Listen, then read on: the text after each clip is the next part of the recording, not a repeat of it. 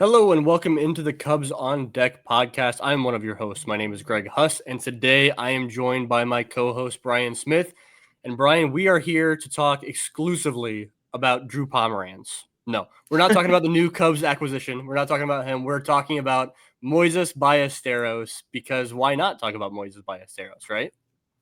Yeah, I mean, we're talking about our favorite adult son, the man of the moment right now. And yeah, I mean, we figured I think what he's doing is so impressive that, we could throw 15 names at you guys, but I think what everyone sort of wants to hear about right now is the guy who's going to be sort of, I'd imagine, on top of all the sort of hot lists that you're going to see around all of the minor leagues, right? Yeah, this is not honestly, this isn't a reaction to what people are talking about now type of podcast.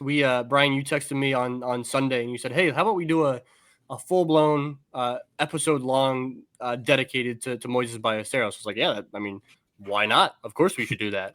And then I hopped on social media this morning, hopped on Twitter, hopped on Blue Sky, all that on Discord, all that good stuff, and all everyone was talking about was Moises Ballesteros. I think part of that was that the major league team was off on Monday, and so people on those the off day Mondays, people kind of tend to gravitate towards some minor league conversation. Who's up next? But dude, just everybody was talking about Moises Ballesteros. Like this is kind of wildly appropriate to be talking about him today. And I mean, it's you nailed it with the large adult son, right? Like that's people like whether or not Moises Ballesteros is as good as he is, people like rooting for Moises Ballesteros. So like Yeah. it warrants conversation on this podcast, regardless of how he's performing. But it helps that he's performing as well as he is. And I to go back, I think that last year we did a couple episodes that were like this to a certain degree. We did an episode that was dedicated entirely to Matt Shaw and Jefferson Rojas, and we kind of were comparing and Yeah. contrasting those guys.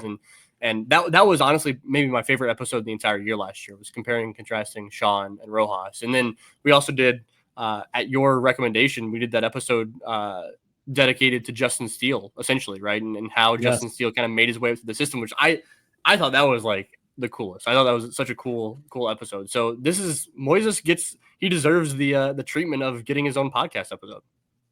People should let us know if that Steel episode, maybe we do one for like Ian Happ or something as this year goes along. That there'd be some good options to do there. But yeah, I mean, Ballesteros to me, he's a non-traditional player, and I think that always is going to resonate with fans, and they're going to attach themselves to the non-traditional type so much more. It's just the easier thing to sort of wrap your arms around. And man, he is different than just about anyone you're ever going to cover. I mean, he's a throwback player in the way that he doesn't. He's a player that scouts would have completely discarded once upon a time, however, but he's just a sort of walking contrast in a really fun way. And I think, one of the discussions we'll have is about how to get him onto a major league roster and how to optimize that. And just, he's really fun to think about from that perspective too. So I think if we were going to talk about anyone in the system for, 30, 45 minutes, he's probably the best option. Yeah. So essentially how we're going to frame this episode is past, present, future. Basically, we're going to talk about how did Moises Ballesteros get to this point. We're not going to go game by game from his time in Myrtle Beach, but why are we talking about Moises Ballesteros in this way? Why does he get his own episode? We'll talk about that. We'll talk about what he's shown in Iowa up to this point, especially recently during his time in Iowa. And then we'll finish that out by talking about how he might impact the Chicago Cubs this year, how his future looks moving into future seasons, and we'll kind of cover a little bit of everything with Moises Ballesteros. But I guess we might as well start off with the beginning, right? Let's start off how Moises got here, and I want you to lead a lot of this conversation here today, Bryan. But one thing if we're starting at the beginning, the first thing that I want to point out is that the way that Moises Ballesteros hits, the way he looks at the plate, how comfortable he looks, how balanced he looks, how he uses the entire field, how he never looks overmatched, all of those superlatives about Moises Ballesteros have rung true essentially from the moment he stepped foot in this organization, from the moment that we saw him take at bats in Myrtle Beach for a full season affiliate on MILB TV. That was how I at least felt about Moises Ballesteros then, is how I feel about him now. And so um, I lead off with that as to not like I don't want to say like this guy did not just jump on the radar all of a sudden. Obviously, he's still just 21 years old, and so like he's a young guy. But like we've kind of had our eye on him and just like making sure this is real from the get go. You know? Yeah, I mean, this is a guy that signed for $1.2 million in 2021. And so, you don't get a seven-figure bonus, especially, I mean, he didn't come from the Dominican Republic where, that money locks up early. He came from Venezuela, $1.2 million. Like, you have to be a known commodity in Venezuela to have that happen.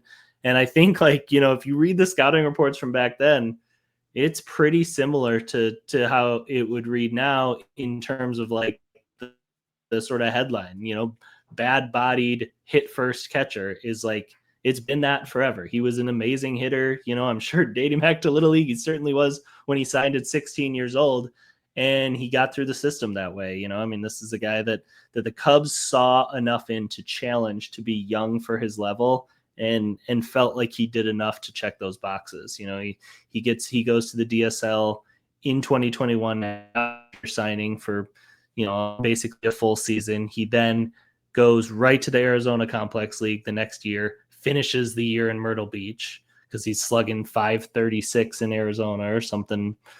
Then 2023 goes back to Myrtle Beach, but he's only there for half the season, then goes to South Bend, hits 300, and the Cubs think enough of him that they send him up to Double-A for the playoffs with Tennessee. And then last year, we know, split the year between Tennessee and Iowa. So he has really made good work of everywhere he's been. I mean, you hit for 300 in high A at age, what was he? He was 19 then. Then last year hits 289 all season, 299 in Double-A, and then 281 in Triple-A. I mean, just a guy that that really like doesn't feel like just got it done everywhere. Yeah, man. I remember early on when he was in Myrtle Beach, especially, and a little bit in South Bend as well. I remember talking about Moises Ballesteros and saying that he reminded me so much of Owen Casey and the way that he utilized the left center gap. Right, I talked about that quite a bit in the way that he hit, and so it's looking back on it now and like talking about, oh, like he uses the left center gap a ton. He looks really good, looks really comfortable doing that. And now we're sitting here, and I was saying that as Moises was what, two levels, one or one and a half levels behind Owen Casey at that time, and now we're sitting here talking about them as teammates and talking about the potential of Moises Ballesteros being called up before Owen Casey does, and obviously different players now, and they were different players then as well, but like that was something that it was fun. It's been fun to watch his development from Myrtle Beach up through Iowa with that as kind of a backdrop of having that player in Owen Casey just a few levels above him that reminded me so much of the way that he hit. Although I will say, I mean, this is a little bit of a tangent, but this is an episode about one player, so we're allowed to have a little bit of tangents. Yeah, I, absolutely. I was talking with Steve, shout out Steve Monk, on Twitter and Blue Sky and all that. I was talking with him recently about Owen Casey and Moises Ballesteros specifically, and talking about how balanced Moises Ballesteros is in the box. Every time he swings, every time he takes a pitch, just incredibly balanced, which is very different than Owen Casey. I would not describe Owen Casey as a very like, he's not pretty at the plate. When he hits a home run, like he hits a tank, he hits it hard, he hits it far, but it's not exactly pretty and balanced and like how he you pulls off the ball a little bit naturally. Yeah. Yeah. So like the way they hit is just like, if I'm teaching somebody how to hit a baseball, if I'm teaching a lefty swing, Moises Ballesteros is one of the, I remember talking about it early on where I was like, man, Moises Ballesteros can rival Cole Roeder for the sweetest swing in the system. Yep. And now he is the sweetest swing in the system, you know what I mean? And has the stats to back it up. So I don't know, just a little background on him from that perspective. And the other thing that I think is important to note is a guy that I described him as old school, and one way that he's old school is that when he's gone really good during his time in the system, it's when he's walking more than he strikes out, which is an insane thing nowadays. and even more insane when you consider the fact that he's been 2 and 3 years younger than his average competition while doing it. But like, we go back to the Dominican Summer League when he was, just fresh out of signing, more walks than strikeouts. He's in Myrtle Beach at age 19, more walks than strikeouts. Last year in Tennessee, I remember for a while he was, but then when he went to Iowa the second half of the year, his overall numbers were pretty good.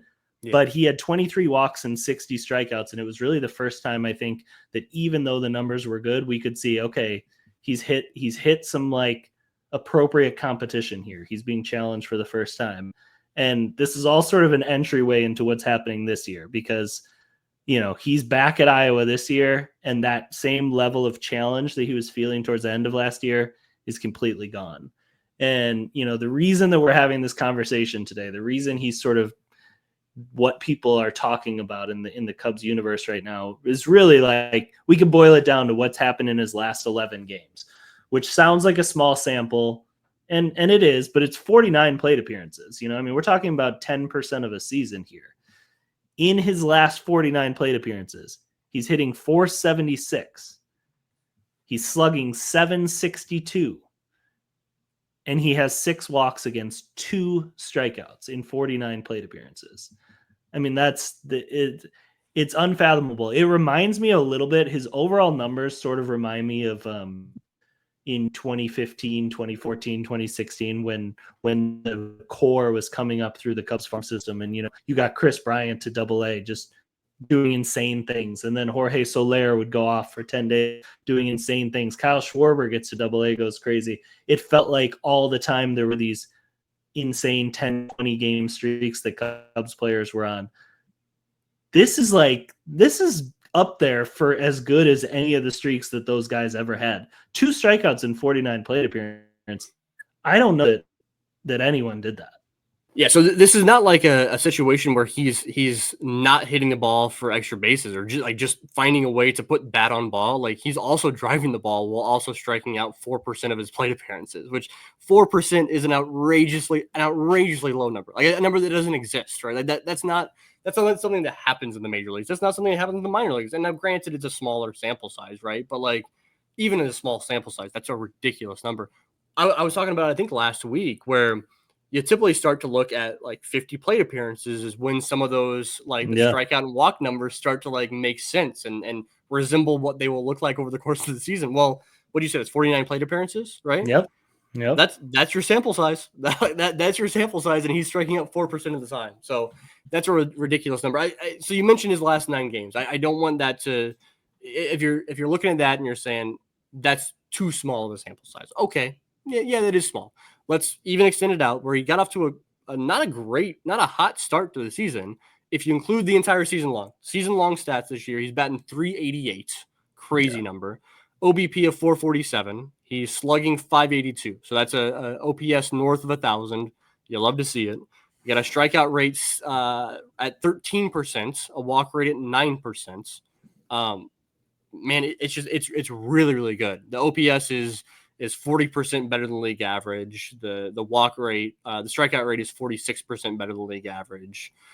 My bash metric has him at 160, which would be the best number that I've ever calculated over the course of a season if he maintains it. And so even the season long numbers have been really, really strong, accounting for the rough, quote unquote, rough starts. And the hot recent stretch of 50 plate appearances or so. So over the course of the season, he's been just downright tremendous, stats wise. Yeah, and I think we'll start digging into sort of where that comes from. And what I was thinking about is, if we start from just the premise of how does a guy go about in modern baseball striking out only 4% of the time over 50 plate appearances, like, how does that happen anymore? I think that the reason that it happens with Moises and sort of the entryway into talking about the player he is right now is he might be one of the best 10 people alive at hitting spin. And so if we start digging into the specific numbers here, Baseball Savant, now we can see all the data that these guys have. And for people on YouTube, I'm sharing the screen here. I'll zoom in. You should be able to see on YouTube what we're getting ready to talk about. for people on podcast platforms, we'll do a good job of describing what we're seeing, what we're showing as well. Yeah. So if we just look at sliders and curveballs that he's faced in AAA so far, against sliders, he has a WOBA of 475, and against curveballs, he has a WOBA of 635. And I think one thing that, if you look at the difference between AAA players and the majors, like everyone in pro baseball that's gotten to AAA now, every pitcher has gone to pitching labs and seen coaches of the highest level, and they can all spin a baseball really well. Well, if you take that pitch away from AAA players, they don't quite know what to do when they get to two strikes. That's such a backbone pitch for those guys with two strikes that I think Moises really makes it. I think he makes it so hard for them to strike him out because he just covers spin just about like better than anyone I can remember seeing. Yeah, man. The slider WOBA, yeah, like you said, 475. The curveball WOBA 635. Like those are both outrageous numbers, incredibly high numbers. The fastball is what lags behind. We can get into that. I know we have questions about that for sure. Yeah. But even the changeup, he's got a WOBA of 381, which is like perfectly fine, right? That's a perfectly fine number to put up across the board, outside of the fastball, and the cutter, which you can kind of lump those together. Like it's tremendous what he can, and that's too obviously is you're going to need to hit the heater once you get up to the majors, right? Mm-hmm. We saw that with Matt Shaw, kind of struggling to hit the fastball a little bit. But if you can, like you said, take away a slider, which is a lot of pitchers' best offering, or you can take away a curveball, no matter what the curveball is, and that's a put away pitch as well. If you can take away those put away pitches, that's when you see the strikeout numbers like drop to that 4% number, because that is the slider is what they use to back foot Moises Ballesteros or a lefty to get out of the zone and get him to chase. And if he's able to hit these pitches like that, they take away their strikeout numbers, take away the strikeout pitch. Yeah, and I know maybe you can throw it up on the screen. Baseball America has these fantastic player cards now that allow us to see, how players are doing, how often they're chasing pitches, how they're doing when they chase. And Moises looks fantastic here. I mean, especially, you go into what we're just talking about, like breaking balls in general. He's just fantastic. Like his chase rate. Where's Chase? He's got the chase swing here. 25%, 25% chase rate on the breaking pitches in general, 25% on sliders. And then if you throw it in the zone to try to beat him in the zone, he has 875 slugging on sliders in the zone and 750 on all breaking pitches. So, he's just, if you're gonna throw him a breaking ball, you can't get him to chase it and you can't beat him in the zone with it. So it really takes it away. And while we're going pitch by pitch here, I think it's worth addressing the elephant in the room. And this is something that we got asked about, something that I know Eric Longenhagen at Fangraphs wrote about this offseason in a little bit of, I think, fair criticism of Moises, wondering if high four-seam fastballs were going to be an issue for him. And to be frank, so far this year, they have been a little bit. He's actually, the shocking thing to me is he's been better against four-seamers above the zone than he has inside the zone in the top third. But if you put up that Savant graphic again, what you'll be able to see that's so interesting to me, this jumped out to me, Greg, when I saw it, is this year he's easily AAA's best hitter against sinkers. He has a 782 WOBA against sinkers, but he has a 265 WOBA against four-seamers. And what's really interesting is if you look at the launch angle here, it's a 9-degree launch angle against sinkers and 28-degree against four-seamers. Well, that tells us exactly what's happening here. Four-seamers, he's either whiffing or he's under the ball so much that the ball's popping up in the air, right? That's why that high launch angle that comes with a really low WOBA, that's where that comes from. Sinkers, he's crushing the ball. He's hitting him at a 9-degree launch angle, so a little lower than you'd want, but he's hitting him so hard. He has a 70% hard hit rate on it. So what that tells me is that Moises hits like towards the bottom of the ball and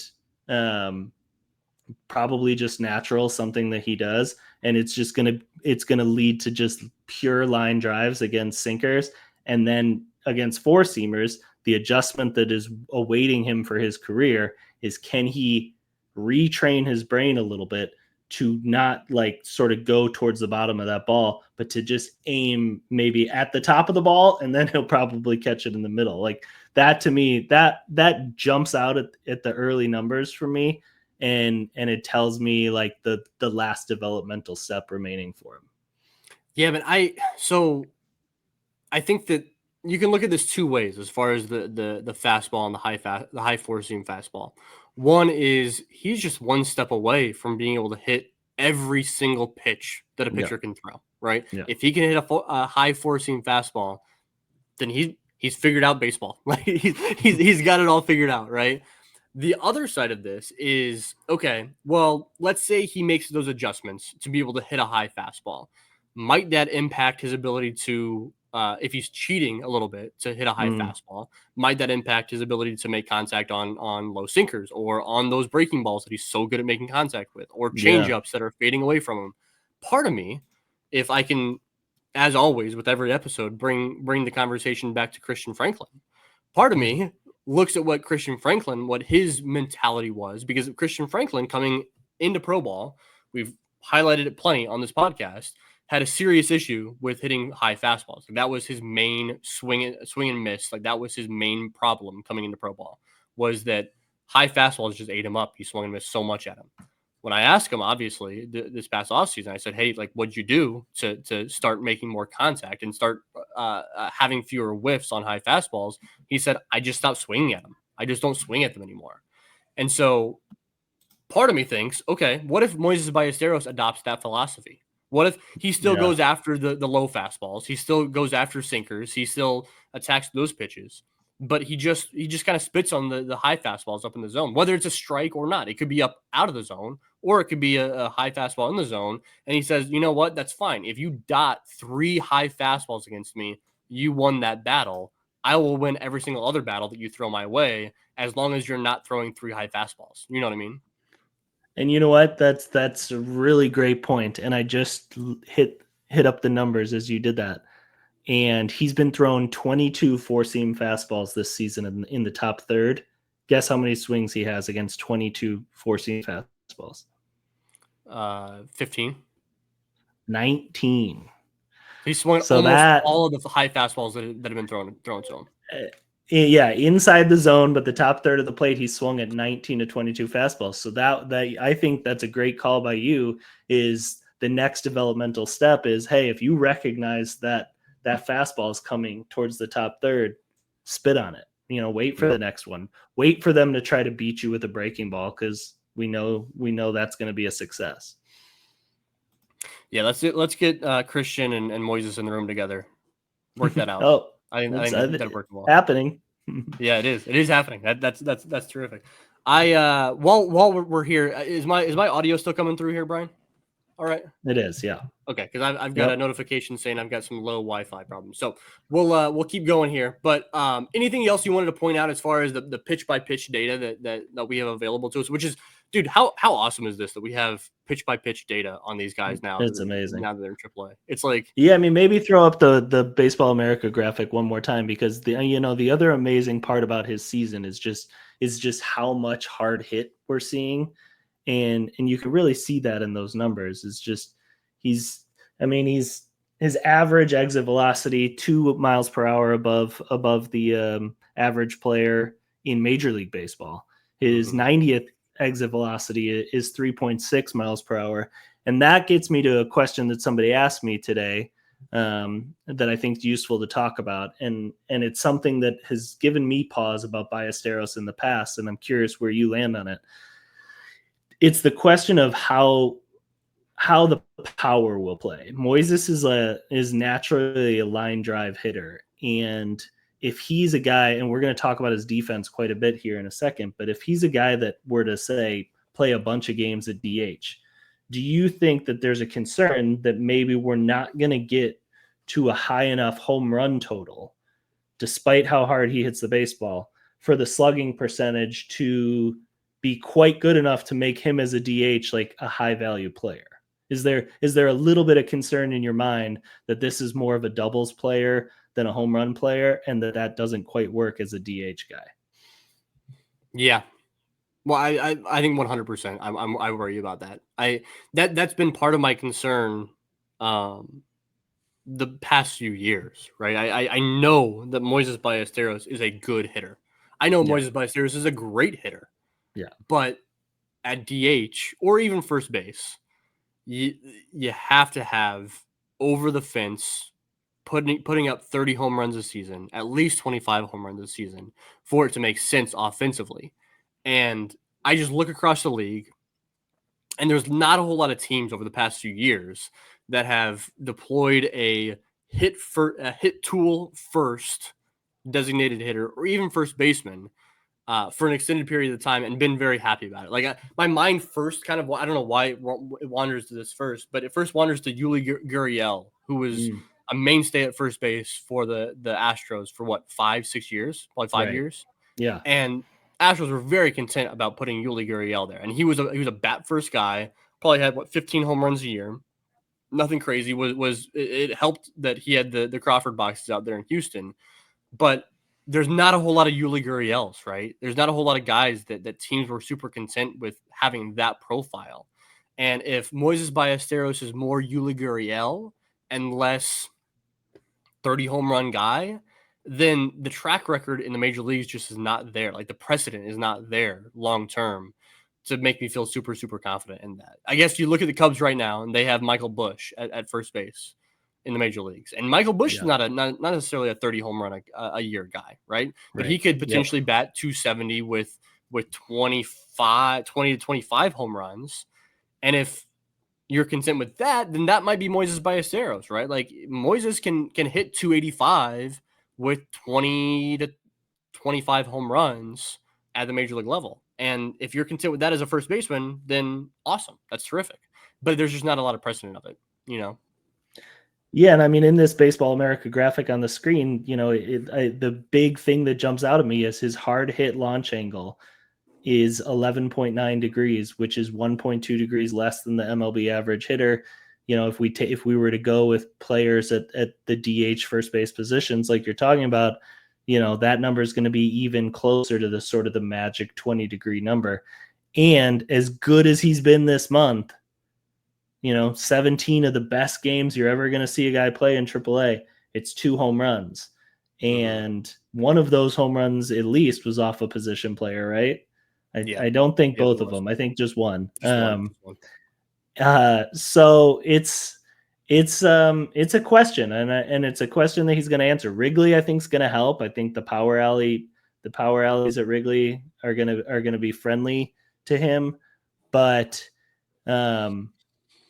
you know, there's going to have to be some level of sellout, and maybe that's going to mean having to hit fastballs a little better to get those homers to like the 20 plus home run number. I mean, you mentioned Michael Busch. Michael Busch very clearly spent the offseason doing what he could to be able to hit for more power. You know, came into camp much stronger. We're seeing it early this season. Does Moises Ballesteros sort of have that offseason where he can start to, you know, really focus on the power? Because I know the Cubs tried to do it a little bit, I believe, prior to the 2023 season. And, you know, they eventually told him, hey, go back to what you're doing. Like, go back to what you're great at. We don't have to rush this power. But as we're getting closer to the majors, it's a question, I think, and just one that is part of his unique profile.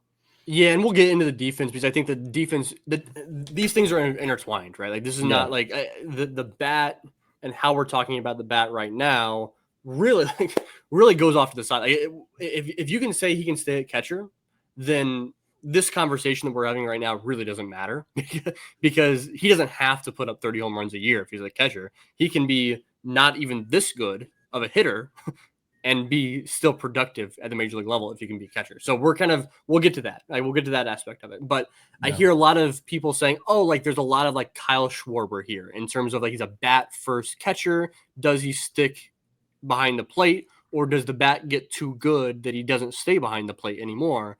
And like those are fair. Like those are fair. That's a fair way to look at it. And like the bat could be too good to stay behind the plate, but not from the standpoint of like Moises Ballesteros and Kyle Schwarber are not the same hitters. Like not even close, right? Kyle Schwarber plus power, obviously. He's a guy who's hits 40 plus home runs in the bigs regularly and is hitting down around 200 every year in the majors. That is not Moises Ballesteros, right? Like he's flipped those tools, flipped the hit and power tools, and that's kind of where you have. I mean, he has more power than a 200 hitter, but like these are not the same profile of player, but the same aspect where like the bat is so damn good. How do you treat that once defense comes into question? Once he is ready for the major leagues, we've talked about that quite a bit on this podcast. Of like, okay, where does he stand in terms of a call up to Chicago if the bat is just too damn good to keep down in AAA? Yeah, it's a question that I've thought about a lot the last few days, and I think to me, this roster was created to have a lot of protection around the DH position. You have Seiya Suzuki, like one of the better players, one of the better hitters in baseball, like slotted for that as many times as he's really slotted for it every single day. And then you sign Justin Turner, you literally have the backup DH on the roster there too. So the DH position, and then Michael Busch has been, top 2 hitter on the team this season. And so there's not really the same natural way for him to break through, not to mention what Carson Kelly's doing at catcher, that there've been on rosters in the past. And so like, I do think it's possible he breaks through with the bat, and just keeps forcing the issue, and they have to find a way to make it work. But it's not a natural fit. I think that like that the demand that they're going to have for him to like break through is going to be higher than it was for, say, Wilson Contreras when he came up, and it was like that catching position for the Cubs was solid with Montero and Ross, but it wasn't amazing. Like there was a space for him there. There were obviously spaces for guys like Ian Happ and Kyle Schwarber. Ballesteros, it's going to be a little trickier. And, I think it's a natural fit for 2026, but for 2025, I think, maybe if Justin Turner is just completely done and they release Justin Turner, does Ballesteros come in and sort of take that role? Yeah. I mean, I think that we'd have to see some long-term, I mean, for the season, like long-term season changes at the major league level to get Moises Ballesteros some run, right? Yeah. Justin Turner released, Seiya Suzuki out several weeks. An outfield injury where Seiya Suzuki transitions in the outfield, but then you still have Owen Casey and Moises is competing with Owen Casey and Kevin Alcantara.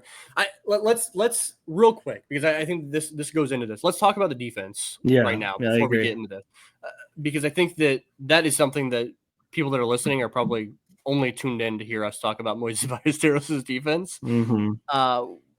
I guess I'll open it up to you. Your thoughts on his defense now compared to what we saw in past years after he's adopted the one leg down method, and how that kind of reflects on his future this year and into the I mean, we've framed things through past, present, and future, and it's useful to do that here. And if we talk about the past, like one thing that we just can't get around is like when I first saw Moises Ballesteros in spring training a few years ago, like it was pretty remarkable how heavy he was, especially for a kid that was 18 years old, just and had the prospect clout that he did. He's big, natural, just one of those natural big dudes, holds weight. And Tommy Birch of the Des Moines Register wrote a great article a couple days ago about Moises and mentioned in it that he dropped 20 pounds this offseason really through like sort of the low-hanging fruit of improving his diet. And I think if you see him now, you definitely, like, to me, the strength jumps out just as much as sort of the heaviness does, which is a great sign. And so the natural thing that goes to is is the catching getting better alongside the body sapping away a little bit of athleticism? And I think it is. I mean, I'm going to be curious where you land on this. What I'll say is that I think that there were real concerns early in his minor league career about framing because of how he moved behind the plate. Or not framing, excuse me, blocking. Blocking was the real issue. And what I will say is that to me is definitely improved. We're seeing that this season. He only has one pass ball through 100 innings so far.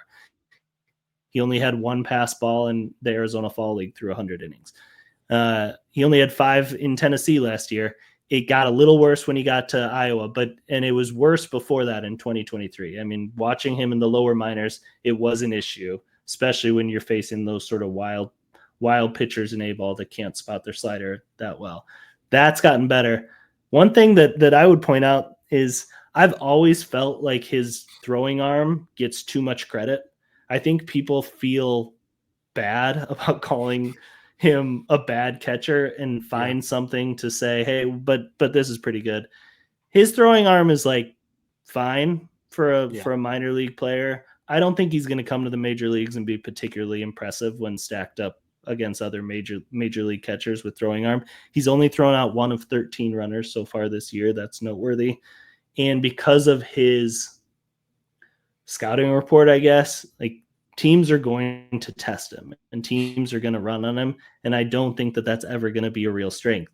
So while I think his framing was always better than it got mentioned, like, his hands to me are soft enough. And that is something that I think you get better just the more and more reps, and the blocking's gotten a little bit better now.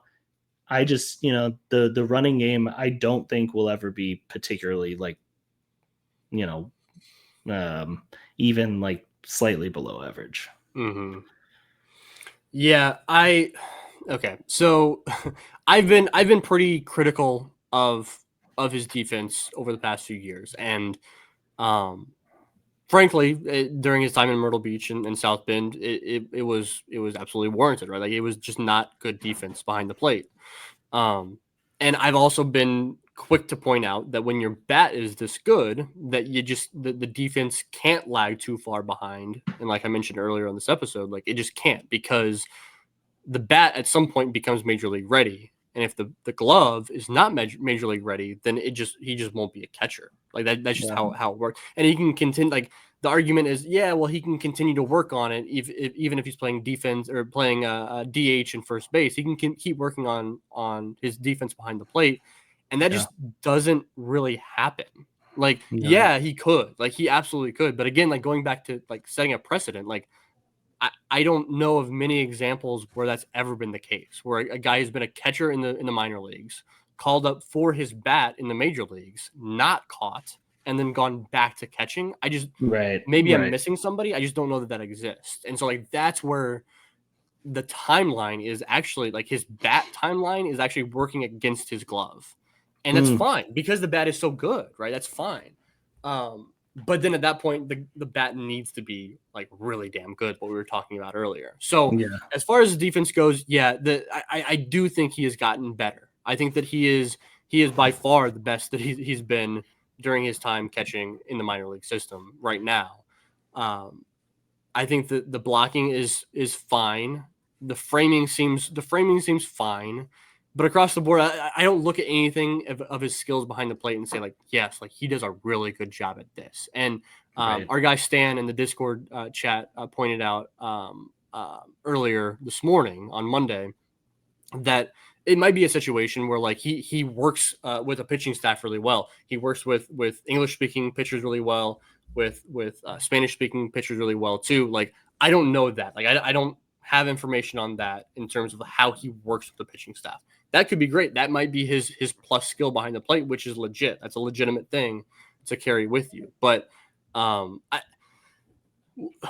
additional thing that I want to throw out here is that I haven't, in talking with people behind the scenes, or listening to interviews, or watching interviews, or reading interviews, or talking with coaches, players, things like that, I haven't ever heard or come across somebody saying, Yeah, Moises is really good back there.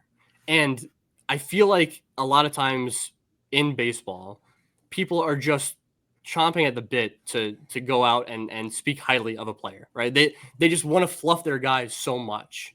And Yeah, I haven't seen that anywhere. I haven't seen somebody come out and be like he's damn good at this.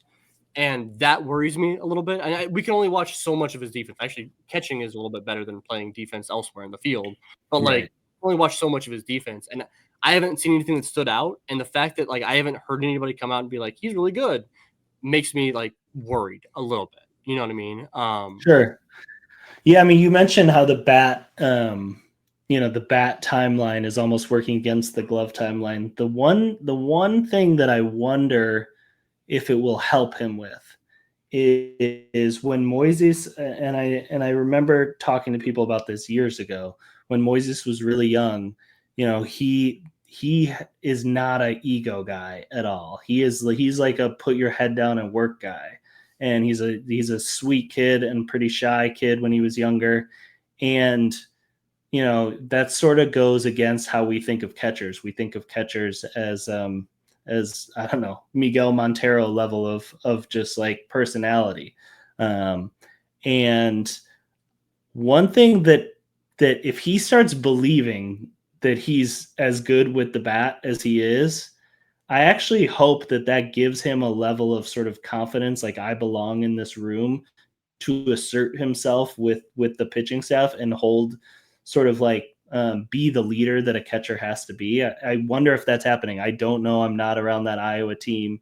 Um, but that's a spot where his bat can help, is just bring that overall confidence level up to say like I'm here because I belong to be here, and I'm the Mhm. catcher, and I'm in charge of the defense to a certain extent, and so that's something that I hope that the coaches are sort of like building him up, because I think it's not naturally where his personality goes. Yeah, you know what I think is interesting is that if Moises Ballesteros at 21 years old was hitting like Pablo Alejandro, if he was hitting at that level, then I'd say, oh yeah, he has Moises Ballesteros has plenty of time to figure out the glove. He can Right. figure out the glove. He'll be up in the year 2027 and he'll be doing just fine. He'll be 23 years old. He'll be up in 2028. He'll be 24 years old. And the bat and the glove can all come together just perfectly all at the same time. But he's not hitting like Pablo Orlando. He's not hitting like Ethan Hearn. He's not hitting like Casey Opitz. He's hitting like Moises Ballesteros. And that's the tricky thing, right? Is that he's young enough that he can still improve behind the plate. But I just don't know how the Cubs balance that. And that could lead, I mean, as we kind of transition that into this season, that could lead into a situation where the Cubs are perfectly content with their DH situation, with their Mm-hmm. catching situation, with their first base situation in Chicago. And they say, Moises, we're just going to keep you down in AAA the entire year long. Get Yeah. some reps in behind the plate, get better behind the plate, and now you start off in 2026. You're on the big league club opening day Right. 2026 as one of the catchers, not one of the DHs, not one of the rover type players. Where do you play? You are on the roster as a catcher opening day 2026. Well, in 2026 is such a more natural fit for when he would fit into this roster than 2025, because I feel like, as good as Carson Kelly's playing, like if Amaya continues to be the player he's been this season, and Ballesteros has the type of 2025 that the Cubs believe he could catch some next year, you Mm-hmm. could do a situation A where you have Ballesteros catch about 60 games and Amaya catch the other 100. That works totally well. You could handle a three catcher roster pretty easily, especially when we have players like Matt Shaw, James Triantos, already like supporting the Nico Horners of the world with some level of versatility around the infield. Where Ballesteros is the third catcher, maybe he only catches 35 games, maybe catches the first 5 innings of a bunch of games, and then comes out because you have that third catcher around, and then you can get him some DH time. You can get him a little bit of first base time and sort of make the innings work that way. I think 2026 makes sense. 2025 it's tough. I mean, I think the answer that I'm going to keep giving people is like two things are going to need to happen simultaneously. He's going to have to keep being one of the best 10 hitters in AAA, and he's going to need a roster spot to naturally open up, whether that's injury or really confined only to Justin Turner, complete ineffectiveness that leads to a release. Like, those are, to me, the only ways that we get a real prolonged big league stint that I can see right now. Dude, fans are gonna lose their minds if he bats 350 this year. He's batting 388 right now. If he spends the year batting 350, and the second element of that does not happen, where a roster spot doesn't open up for him, then good Lord, dude, like, it's gonna be, especially if you have Gage Workman eating a roster spot and not doing anything, that is gonna make it hard. Yeah, well, and honestly, it'll also spill over to, okay, Carson Kelly and Miguel Amaya are simply good, not great. Fans are going to look at that and be like, well, I mean, Moises Ballesteros can be better. If Michael Busch goes on a 3-week slump, but is still overall good over the course of the season, fans are going to look at that 3-week slump and be like, well, Moises Ballesteros can be there at first base. And it's not a wrong way of like, it's not wrong, right? Like, if Moises Ballesteros is really good, but it's just, it's the one thing that's worth mentioning is he is the perfect September 1st call up with the only, with a modern only having 2 call ups. Like, you get your third catcher, you get like the dream pinch hit bat off the bench. You get a guy that can sub into DH, catcher, and first base. Like, there's no one better. So really, we're like, he's there in September. If he's anything close to what he's doing, he's going to be there, and then he can be on your playoff roster if that fits best, over a guy like Workman or Turner. Like, the question is May, June, July, August. Is there a spot for him within those 4 months? And right now on April 21st, with Carson Kelly as the world's most superhero player that ever lived, I can't really see it. All right, so that's this season. We mentioned that the 2026 is a much better landing spot for him going into next year, obviously. What other thoughts do you have about Moises Ballesteros in future seasons for the Chicago Cubs? We've kind of danced around it quite a bit now. It's that catching versus DH versus first base, and how that might play over the course of the next 8 years. What's your thoughts on all of that as a whole? Your take all your thoughts and kind of put them into one final thought with that whole ordeal.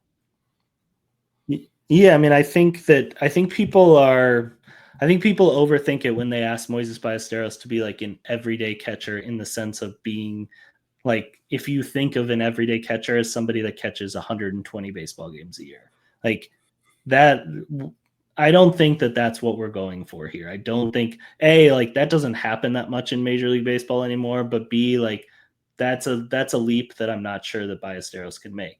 However, what I think is on the table and should be on the table for him in his future is, can this be a guy that catches between 50 on the low end and 90 on the high end games a year, and not crush you? And he can make up the rest at DH, and then you can cycle other people through the DH position when they need sort of a like pseudo day off. And that, to me, is a really nice scenario. Like, you have a guy that takes half the year at DH, and you're going to get good offensive production, leaves that spot open the other half of the year, and then fills catcher on the other ones. If we can get there, to me, that's the huge win that we're striving for. I would say my confidence level on whether he can be a catcher for 81 games a year is like a 6 out of 10. And I would say that it's been as low as like a 2 when he was in A ball, to, I was maybe getting myself too excited for little bits, like last year when I felt like in Tennessee he started to look a little bit better, and maybe I was like a 7. I think I'm like a 6. I think if he's just kind of plain not good at the position, his bat might be enough that you just sort of figure it out and make it work for 80 games. If it's really, really bad, then that's when he's going to just go to DH. And I don't think it's really, really bad. I think it's more just like not great. He's got if the hands were worse, if the framing was worse, then I would have a problem with it. I don't think that's that huge of an issue. Plus, we're getting a challenge system next year anyway. I think that works in his favor. I think it spills over to catching enough to be during his Cubs tenure of pre-free agency of being able to hang at the position half the year. You know what's ideal in my scenario, in my head for Ballesteros defensively, is that Miguel Amaya continues to hit well, and that Miguel Amaya is good enough to be the starting catcher in Chicago, not a timeshare Carson Kelly Miguel Amaya situation right now. Like, Miguel Amaya is the starting catcher in Chicago, while Moises Ballesteros has a best friend starting pitcher that he can go out there every fifth day and be a personal catcher for one starting pitcher. I think that gets you 28 starts a year, not quite 30 anymore, but like that gets you 28 starts a year behind the plate, and then you throw in a few extra backup opportunities behind the plate where you're getting up to 40 times catching over the course of the year, and in that situation, I view Moises Ballesteros is a baseball player, not a catcher, right? Like he can catch for one guy, and he's a damn good baseball player. He's a really good hitter, and that's why he's on your roster. And in that scenario, you're not looking at him as like he has to be the DH that hits 30 home runs a year. You can say, hey, he's a DH, but like he's also getting you 40 starts behind the plate. And so in that scenario, you don't need him to smack 30 home runs. He can hit 20 to 25 and be fine. That to me is the most ideal situation. But like a lot of things have to go right for that to be the case. Like he has to have a starting pitcher that he works with exclusively. The Cubs have to have a starting caliber catcher in Chicago, whether it's Miguel Amaya or somebody else. And then obviously keep hitting the way he does. But like, I guess my last question for you is, what's your confidence level in him going up to Chicago and the bat still being this good? Because I was awfully confident in Matt Shaw. Like I thought that Matt Shaw was that guy where like he seemed pretty